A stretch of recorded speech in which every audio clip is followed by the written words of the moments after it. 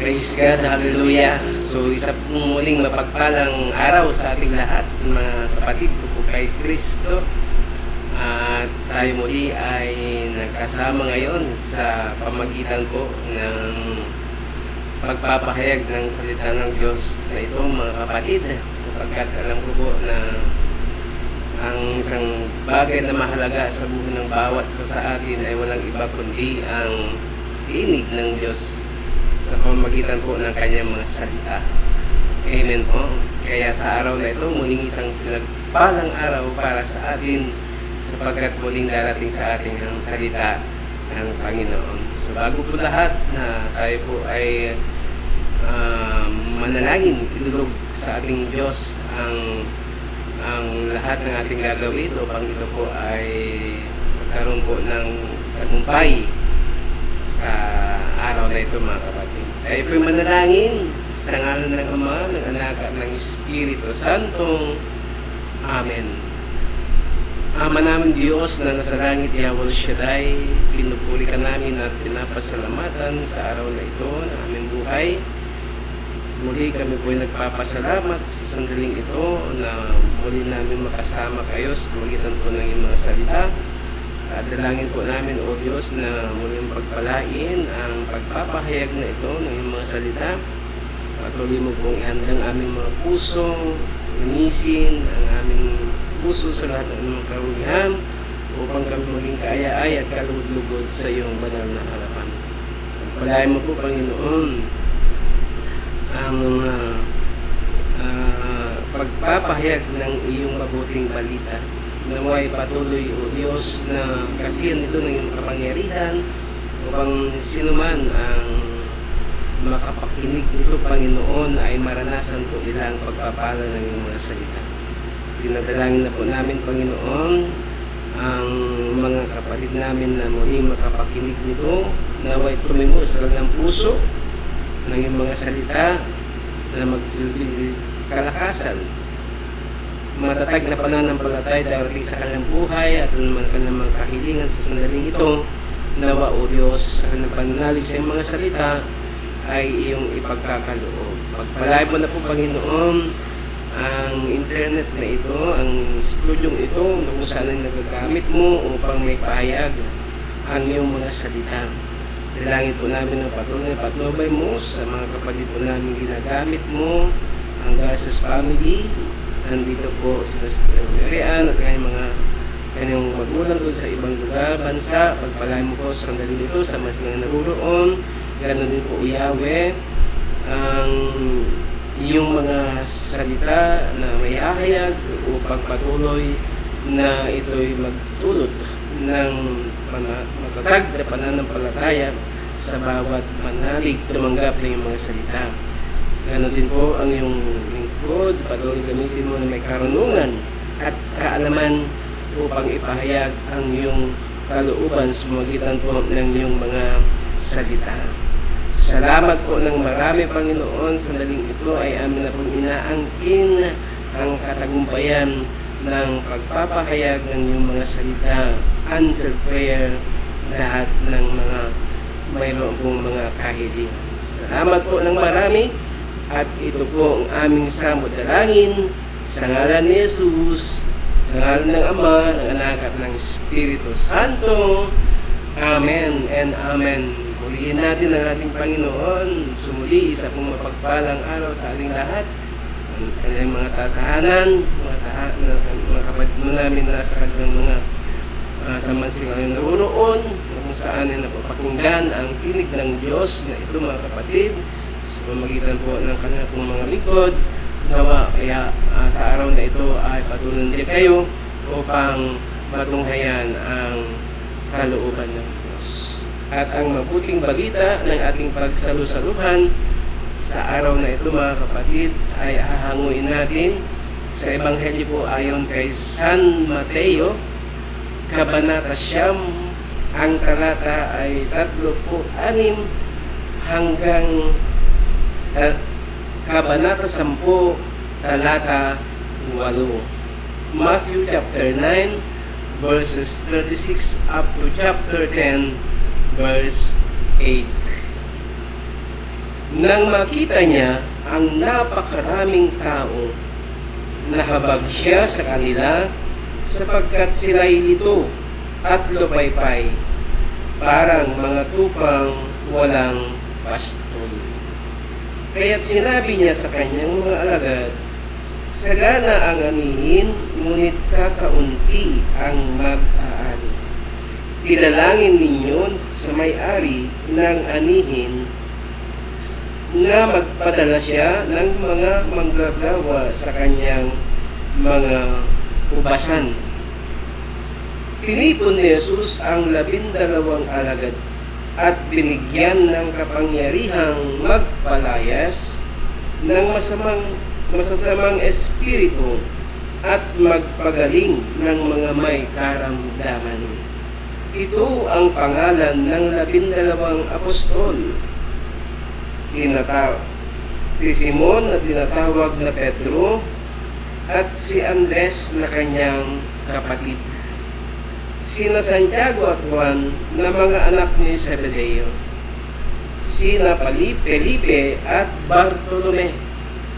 Si Tomas at si Mateo na publikano. Si Santiago na anak ni Alfeo at si Tadeo.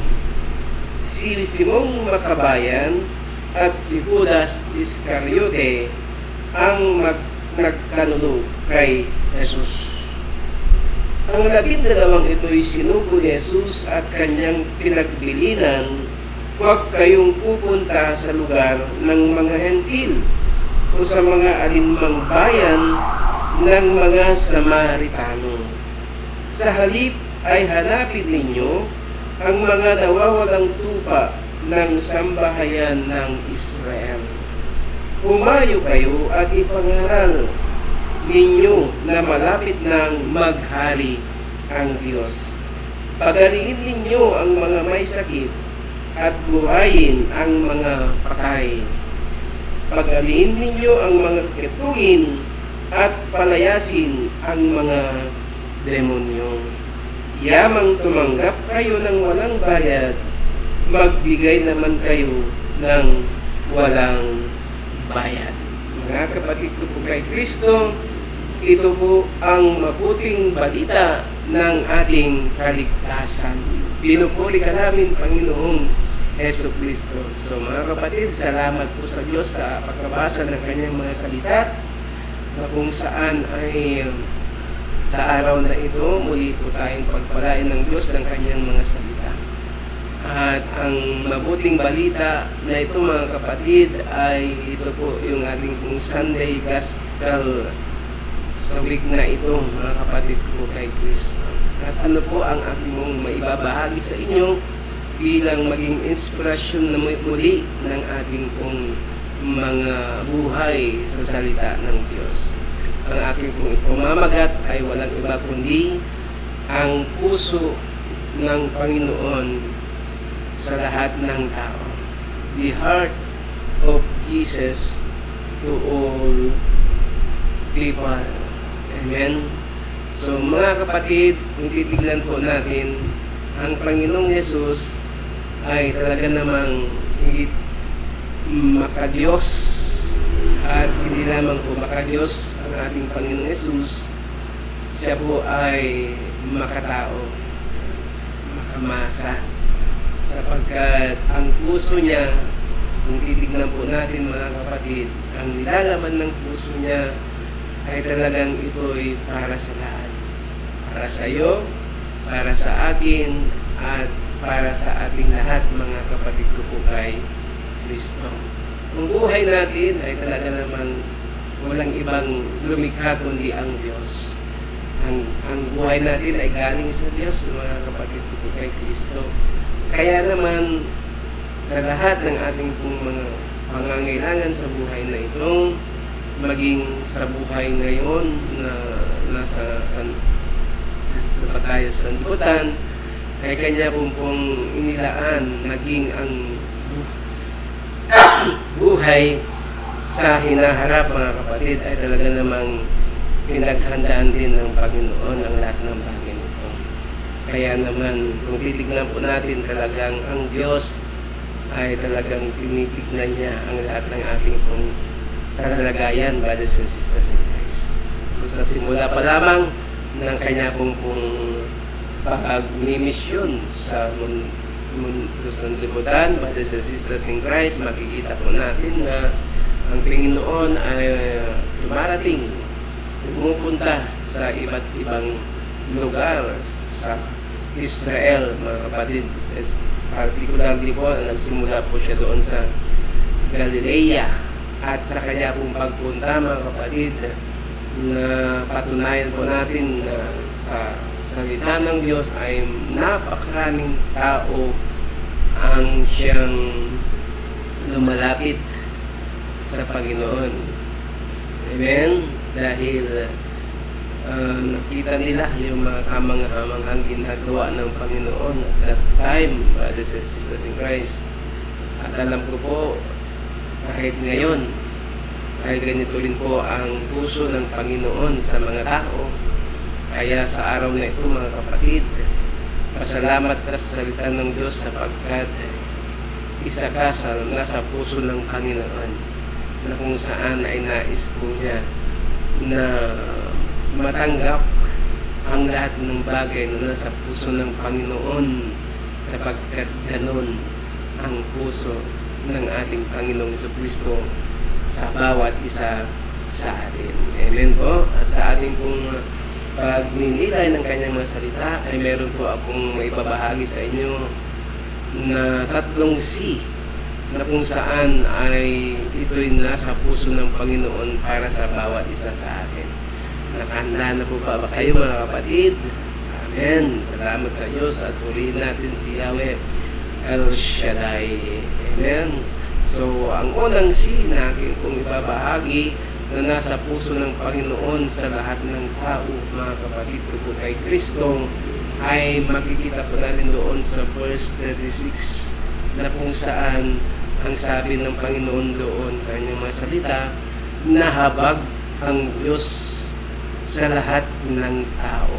Nahabag ang ating Panginoong Hesus sa lahat ng tao sapagkat mayroong kanilang kalalagayan, mga kapatid. At ang unang C na aking kung nakita sa puso ng Panginoon sa bawat isa sa atin ay yung word na compassion.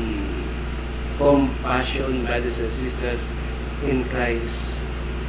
Amen. Ito po ang isa sa nasa puso ng Panginoon na nais po niyang maranasan ng maraming tao. Yung tinatawag natin na habag, awa ng Panginoon sa bawat isa sa atin. Amen po. At saan po naawa, nahabag ang Diyos, ang Panginoong Hesus sa buhay ng tao, sa kanya po pong kalalagayan. Amen. Kaya magtiwala ka sa araw na ito. Ano man yung bagay na kalalagayan mo, mga kapatid, nais ng Diyos na maranasan mo ang kanyang habag. Amen po. So sa mga tao noon, sabi ng salita ng Diyos na nahabag ang Panginoong Hesus sa mga tao dahil sila'y lupaypay.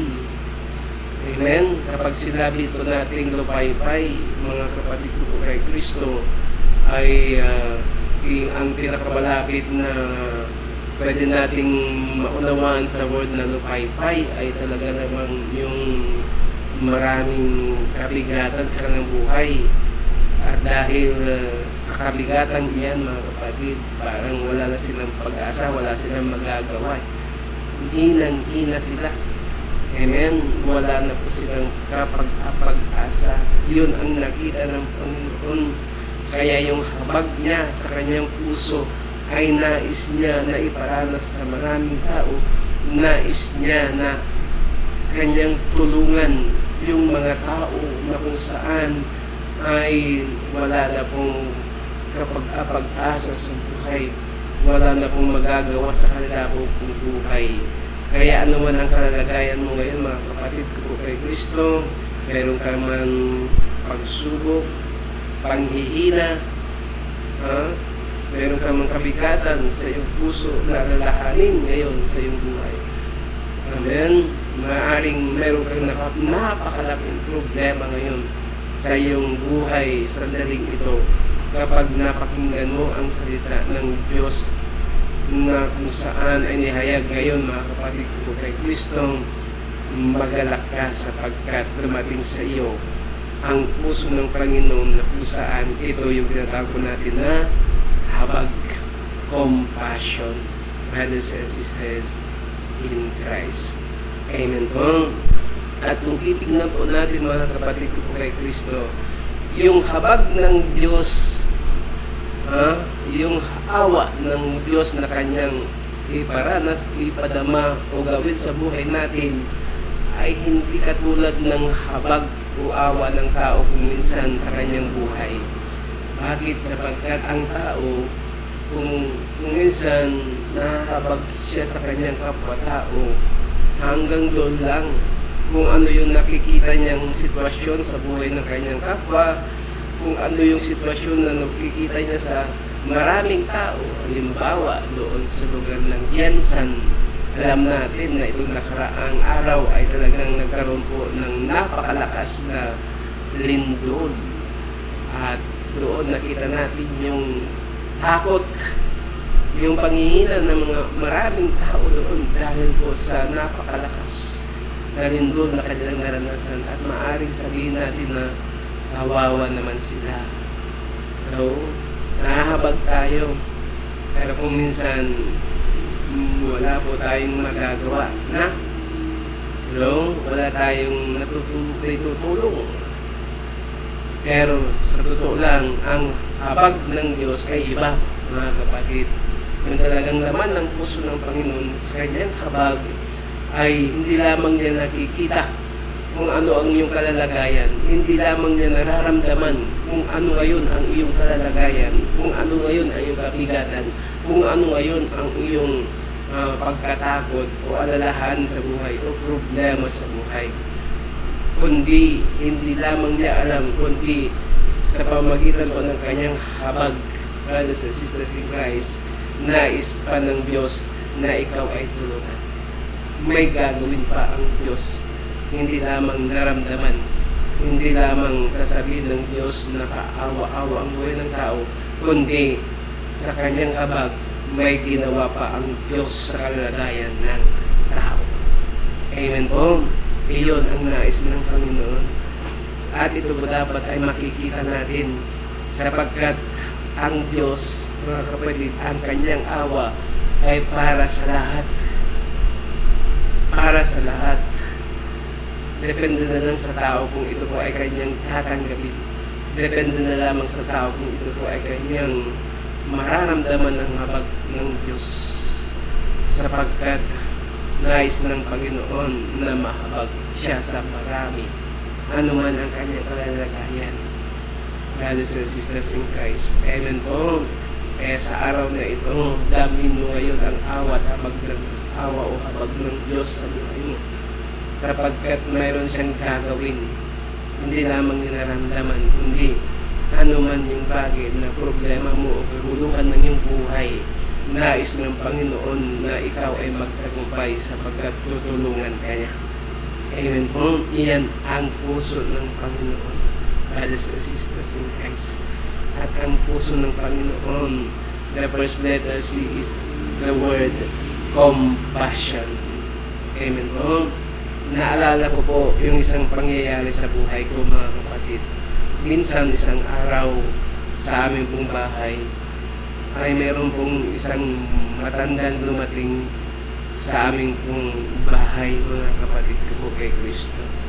At sa pagdating niya, malayo po ay talagang nahabag na po ako sa kanya pong kalalagayan. Sa kanyang katandaan ay talaga namang naramdaman ko na po yung kanyang yung habag po sa kanya, brothers and sisters in Christ. At mas lalo po akong nahabag, mas lalo po akong naantig nung siya po ay lumapit na sa akin at ilabas na po niya ang kanyang hangarin, yung nais niyang ilapit sa akin, brothers and sisters in Christ.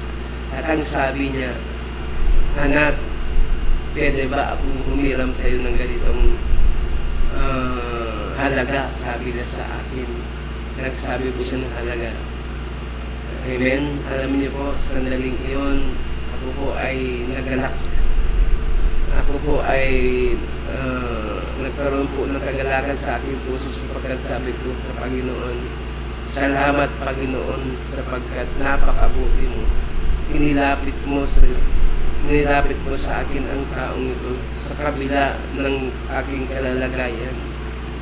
Brothers and sisters in Christ, sapagkat alam ko naman sa totoo lang, itong matandang ito marami naman po siyang mga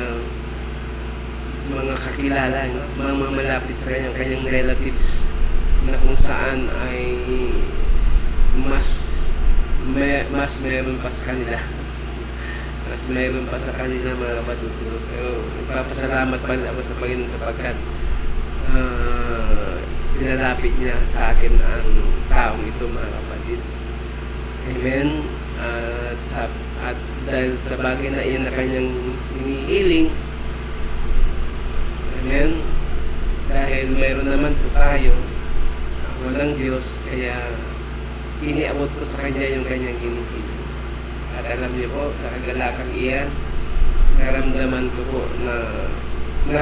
din po niya yung kagalakan sapagkat uli po siya na may punong-puno ng kagalakan sa kanyang puso. Amen po. At alam niyo po, after 1 week, isang linggo, bumalik po siya. Sabi ko, naglalaro sa isipan ko, nung bumalik siya, ano kaya? Dito naman siya. Sabi ko sa aking sarili, sa aking isip, ano naman kaya ang sasabihin niya? Sabi ko sa aking sarili, sa aking isipan lang. Pero sa totoo lang, iba yung nasa isip ko. Sa mangyayari, brothers and sisters. Bakit? Sapagkat bumalik ang matandang ito, bakit ang gagawin niya? Para ibalik yung kanyang hiniram, brothers and sisters in Christ.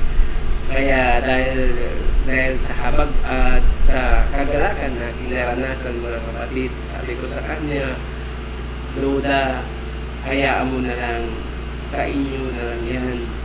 Biyaya ng Diyos yan. Kung meron ka pang kailangan na pagbibilhan yan, gamitin mo na lang yan. Sabi ko sa kanya, pasalamatan mo ang Diyos na nagkaloob sa akin upang ibahagi sa iyo. Sa iyo na lang yan, sabi ko sa kanya. At alam ko po na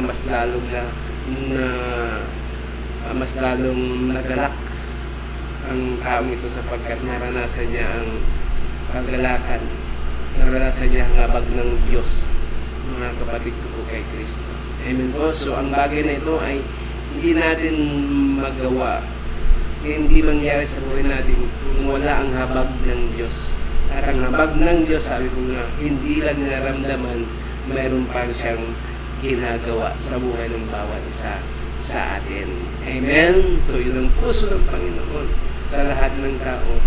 Let us see, number 1, compassion, brothers and sisters in Christ. Amen? Palapakan natin ba yung pulihin ng Panginoon. At ang second C na laman ng puso ng Panginoon para sa karamihan, brothers and sisters in Christ, ay yung tinatawag natin na calling. Ano po ba ang ibig sabihin ng calling? Yung pagtawag ng Panginoon. Amen? Is calling for the men, for everyone. Na yung pagtawag na ito mga kapatid ng Panginoon ay ito yung kanyang pagtawag sa kanya pong 12 alagad o apostol, mga kapatid ko po kay Kristo. Amen. Sapagkat yung bagay na alagad ay tinawag, yung apostol naman ay isusugo na sila, mga kapatid ko po kay Kristo. Amen. Sapagkat isusugo na sila. So tumawag ang Panginoon hindi para sa kanya, kundi para sa atin lahat. Kaya nga po mula sa Israel, mula sa ating Panginoon Jesus, kasama po ang kanyang 12 alagad, talaga namang nung binigyan sila ng kapangyarihan, nung binigyan sila ng instruction na gagawin sa kanilang paghayo, mga kapatid, nung sinabi ng Panginoon na humayo kayo at ipangaral ang mabuting balita, ang paghahalal ng Diyos, ang mga bagay na ito, mga kapatid, na ginawa ng Panginoon sa pagtawag niya, ay upang dumating sa atin ang salita ng Diyos. Upang dumating sa atin ang kapangyarihan ng salita ng Diyos. Ang kapangyarihan ng Diyos sa buhay natin. Amen po. Kaya naman sa mga sandaling ito, sa mga panahon ngayon, may mga tinawag din. At ikaw din ay tinawag ngayon, mga kapatid. Ikaw din ay tinawag noon para sa karamihan, brothers and sisters in Christ. Amen po, sapagkat ito ang layunin ng Diyos sa pagkatawag sa atin upang mas marami pang magpasalamat sa Diyos. Bakit? Sapagkat ikaw ang unang pinagpala ng Panginoon. Ito yung hangarin ng kanyang puso na ikaw ang unang pinagpala ng Panginoon. Kaya naman, dapat yung pagpapalang iyan na yung naranasan, anumang yan, brothers and sisters in Christ, na pagpapala ng Panginoon ay ibahagi mo rin sa karamihan. Nais din ng Diyos na pagpalain ang iba pa. Amen? Lalo na yung ating mga mahal sa buhay, yung ating pamilya. Nais din ng Panginoon na pagpalain natin mga pamilya. Amen? At sa mga tao na nais po nating mailapit sa ating Panginoong Jesucristo. Amen po? Kaya ito rin po ang isa sa puso ng Panginoon kung bakit po siya tumawag ng kanyang mga alagad. At nabasa natin, napakinggan natin yung 12 alagad ng Panginoon na nakasama niya noon upang humayo, ibahagi ang pagpapala ng Diyos ng kanyang mga salita. Amen? Para dumating ang kapangyarihan, ang pagpapala ng Diyos sa buhay ng maraming tao. Amen po? Kaya naman ito rin yung laman ng puso ng Panginoong Hesus, laman ng puso ng ating Panginoong Hesus na kung saan ay atin din pong ibahagi ang pagpapala ng Diyos, mga kapatid. Amen po? Kaya naman ikaw ngayon ay tinatawag ng Panginoon upang maging alagad niya, apostol niya, upang humayo, upang ibahagi. Lahat tayo, mga kapatid, ibahagi natin yung kabutihan ng Diyos sa ating naranasan sa ating kapwa. Amen po? Katulad nito, itong estudyong ito, na kung saan ang mga anak ng Panginoon, anak ng Diyos, kapag naglilingkod, ay talaga namang pinagpala. At kung titignan po natin, dahil sila pinagpala, ay pinagamit po nila ang estudyong ito upang may bahagi ang salita ng Diyos sa marami. Hindi lang sa kanila, kundi sa marami, brothers and sisters in Christ. Kaya nagkaroon po ng ganito upang lumaganap ang salita ng Panginoon. Amen? Sapagkat ito yung design ninyo noon na magkaroon ng ganito ay iyan ay dahil sa design ng puso ng Panginoon sa atin. Amen? Na kung saan ay ibahagi ang pagpapala ng kanyang mga salita. Amen po? Amen. So yun po ang second C. Yung first C is compassion, the heart of Jesus to the people. First C is compassion. Second C is calling, yung pagtawag niya para sa karamihan, brothers and sisters in Christ. Yung pagtawag niya sa unang mga alagad para dumating ang pagpapala ng mas marami pa. Amen? Yun ang nasa puso pa ng Panginoon. Amen. So, ang panghuli na nasa puso ng Panginoon, brothers and sisters in Christ, the third C, kung titignan po natin, nung pinahayo ng Panginoon ang kanyang mga alagad, after their calling, pinahayo na sila, at ang sabi ng Panginoon sa kanila, brothers and sisters in Christ, ay yung mga gagawin na ng Diyos magitan nila, mga kapatid. Yung sinabi ng Panginoon sa kanyang salita, pagagalingin ninyo ang lahat ng mayroong mga sakit o karamdaman. Bubuhayin ninyo lahat ng mga patay. Pagalingin ninyo lahat ng mga may kituhin. Palayasin ninyo lahat ng mga demonyo. So, itong mga bagay na ito, mga kapatid, kung titignan po natin yung may sakit, may katungin, patay, yung nanihan ng demonyo. Alam naman natin na mga bagay nito ay gawa ng kaaway sa buhay ng tao, brothers and sisters in Christ. Amen? Pinapahirapan ng tao. Yun ang nais ng kaaway.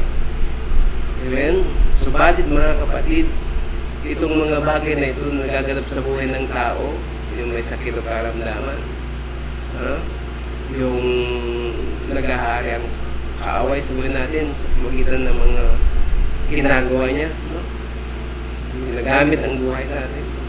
Pero itong mga bagay na ito, mga kapatid ko kay Kristo, makikita po natin na may sinabi ang Panginoon sa kanyang mga alagad. Amen po? At ang letter C, third C na ito mga kapatid, ay yung tinatawag po natin na concern.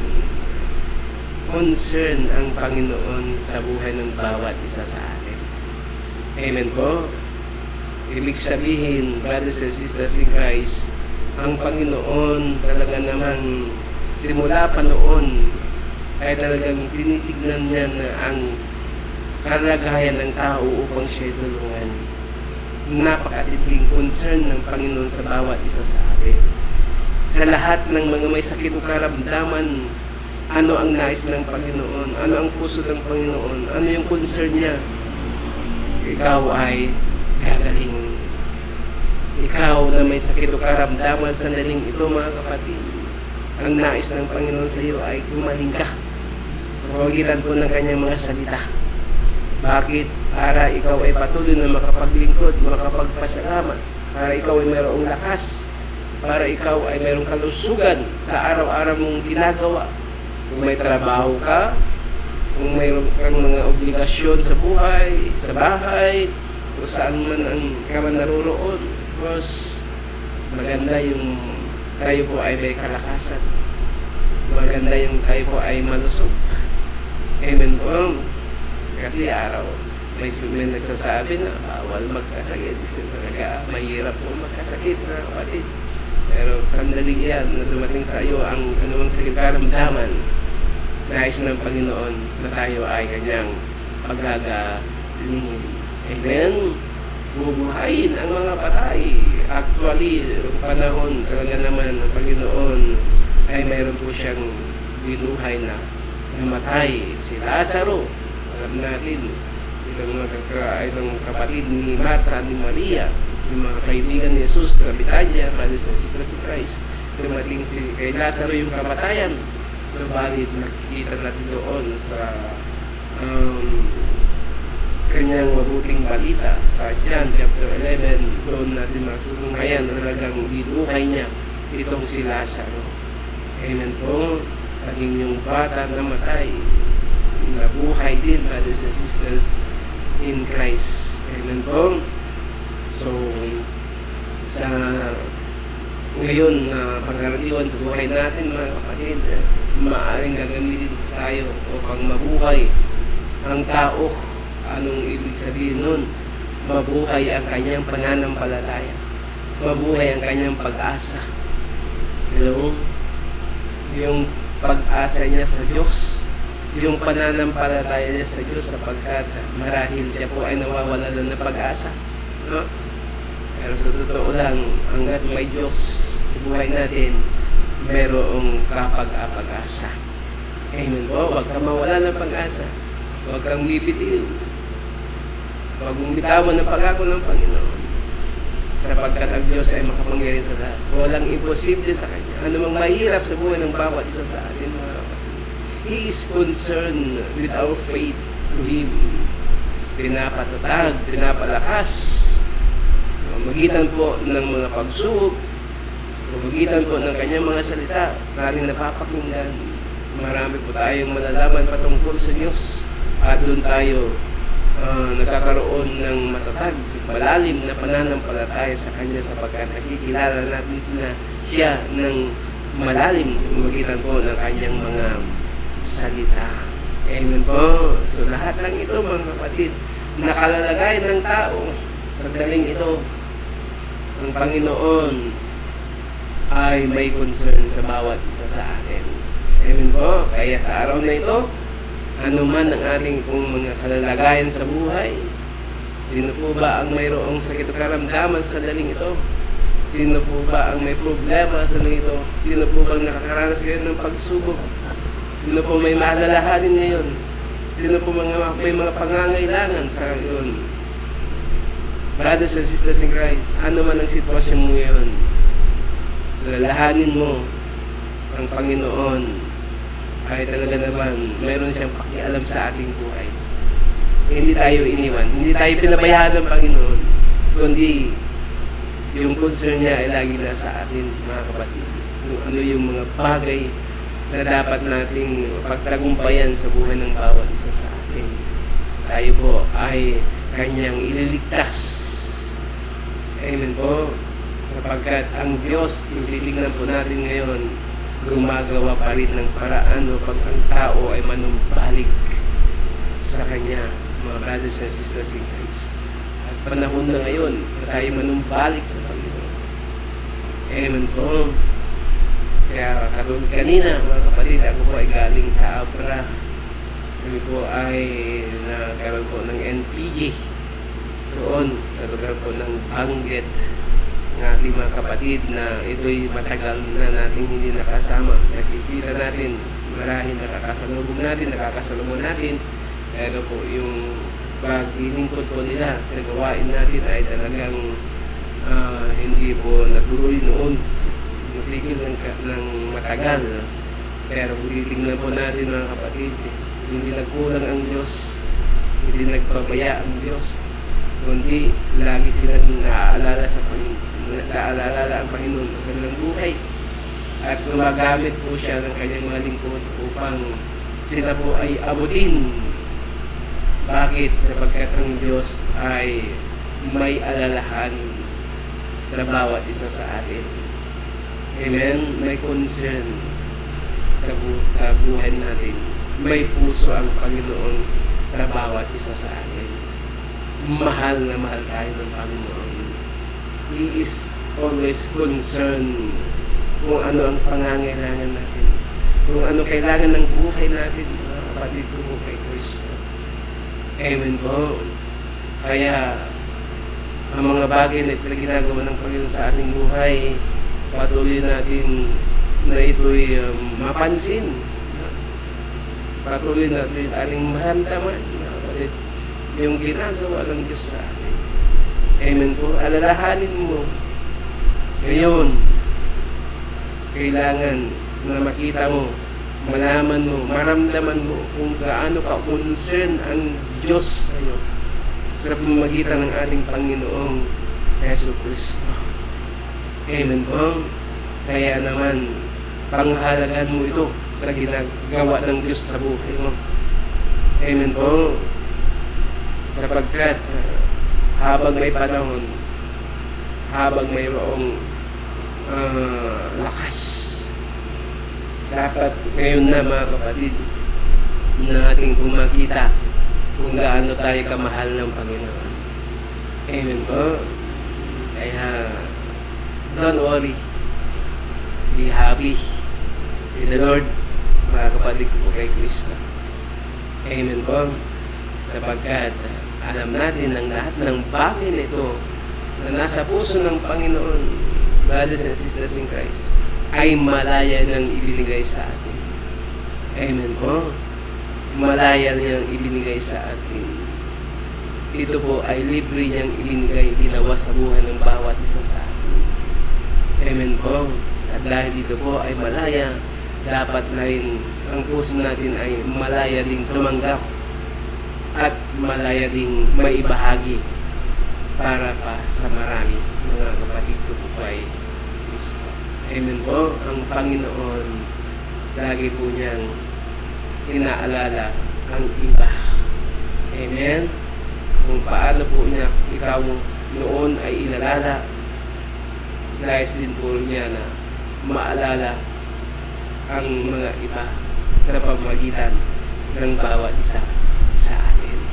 Amen po. So mga kapatid, ito po yung nasa puso ng Panginoon sa Kanya po sa lahat ng tao. Amen. Sa lahat ng tao. Ano po yung unang letter C? Compassion. At ang pangalawang letter C, yung kanyang calling. Yung pagtawag niya sa mga unang alagad niya para sa karamihan. At ang pangatlo ay ang kanyang concern sa bawat tao, mga kapatid ko po kay Kristo. Amen po. Alam ng Diyos kung ano ang kalalagayan mo. Alam ng Diyos kung ano ang mas higit, mas mahalaga mong kailangan sa buhay mo, mga kapatid ko po kay Kristo. Lagi ang nasa puso ng Panginoon ay para sa kabutihan mo. Amen? Kaya sa sandali pong ito, mga kapatid, ikaw na nakapakinig ng salita ng Diyos ngayon ay aking inaanyayahan. Amen? Inaanyayahan na lumapit sa Diyos, lumapit sa ating Panginoong Jesucristo. Magtiwala ka. Isuko mo na ang lahat ng bagay sa iyo. Ano mang mga bagay na nagaganap sa buhay mo ngayon, na tila bagang hindi mo na kaya, na wala ka nang magagawa, may pag-asa pa. At walang pag-asa ngayon, kundi ang Diyos, na kung saan ay napapakinggan mo ang kanyang mga salita. Amen po. Kaya sa sandali pong ito, mga kapatid ko po kay Kristo, saan ka man ngayon naroroon, nasa tahanan man, o saan man, na napapakinggan mo ang tinig na ito, just bow down your head, at kayo po ay makiisa sa akin sa panalangin sa Diyos, mga kapatid, upang idulog sa mga bagay na yan na kalalagayan ng bawat isa sa atin. Lumapit ka sa Panginoon ngayon na mayroon pong pagpakumbaba at pagtitiwala, na kahit man ikaw ay wala nang magagawa, ngunit sa iyong paglapit sa Kanya ngayon, alalahanin mo, magtiwala ka, may magagawa ang Diyos sa buhay mo. Amen. Kaya sa daling ito, mga kapatid, tayo na po ay manalangin sa Panginoon. Sa Ama, ng Anak at ng Espiritu Santong. Amen. Banal na Diyos at makapangyarihan sa lahat, Yahweh Shaddai, nagpapasalamat po kami muli sa araw na itong naniloob mo na ihayag ang iyong mga salita. Dalangin ko po na sandali pong ito, Panginoon, sa ngalan ng aking Panginoon Hesus, abutin mo nawa ang lahat ng mga kapatid po namin na kung saan ay napakinggan ang iyong mga salita. Ano man ang kanila po pong mga kahilingan sa sandaling ito, Panginoon, naway patuloy mo pong patagin, patuloy mo pong patibayin, dagdagan ang kanila pong mga pagtitiwala, ang kanilang pananampalataya sa dalipong ito. Nang sa ganun anuman ang kalalagayan ng bawat isa sa kanila, na mga kapatid ko pong itong na dumudulog sa iyo, nakasama kong dumudulog sa iyo, Panginoon, dalangin ko po na ipagkalob nawa ang kanilang mga kahilingan sa daling ito.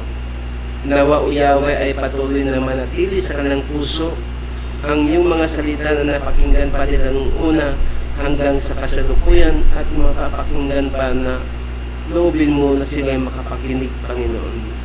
Pagpalain mo na po, Panginoon, sa mga sila naroroon, ang kanilang mga mahal sa buhay, ang bawat isa na kanila pong inilalapit sa daling itong naway ang iyong awa, ang iyong habag, at kanila pong maranasan sa dali pong itong, sapagkat nalig po kami, Panginoon, na mayroon kang magagawa sa buhay ng bawat isa sa amin. Kaya pagpalaan mo na po, Panginoon, ang lahat ng mga ginagamit mo upang may pahayag, may bahagi ang iyong pagpapala sa karamihan.